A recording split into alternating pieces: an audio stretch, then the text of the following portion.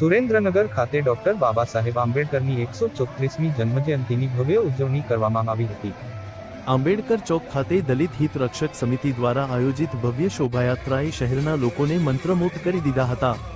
સંસ્થાના પ્રમુખ ચકાભાઈ પરમારના માર્ગદર્શન હેઠળ યોજાયેલી આ શોભાયાત્રામાં યુવાનોએ આતશબાજી અને ફટાકડાના ધમાકા સાથે ડોક્ટર બાબા સાહેબને શ્રદ્ધાંજલિ અર્પણ કરી હતી। મહિલાઓ મોટી સંખ્યામાં પરંપરાગત રાસ ગરબામાં જોડાઈને ઉત્સાહભેર ઉજવણીમાં રંગાઈ હતી। આ ભવ્ય શોભાયાત્રાનું યુવાનો દ્વારા ઠેર ઠેર ગુલાબના પુષ્પોથી ઉષ્માભર્યું સ્વાગત કરવામાં આવ્યું હતું। દેવજીભાઈ પરમાર દ્વારા શોભાયાત્રામાં સહભાગી સૌ કોઈ માટે ઠંડા પાણી અને શરબતની સેવા પૂરી પાડવામાં આવી હતી।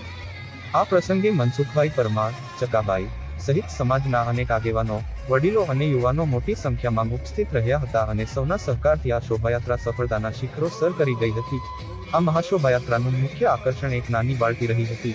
જાનવી નિતેશભાઈ સુમેસરા નામની આ દીકરીએ બાબા સાહેબ આંબેડકરનું આબેહૂબ પાત્ર ભજવીને સૌનું ધ્યાન ખેંચ્યું હતું। તેની સુંદર રજૂઆતે લોકોને પ્રભાવિત કર્યા હતા અને શોભાયાત્રામાં એક વિશેષ રંગ ઉમેર્યો હતો। કદમ ન્યૂઝ ગુજરાતી, નરેશ સોલંકી, સુરેન્દ્રનગર।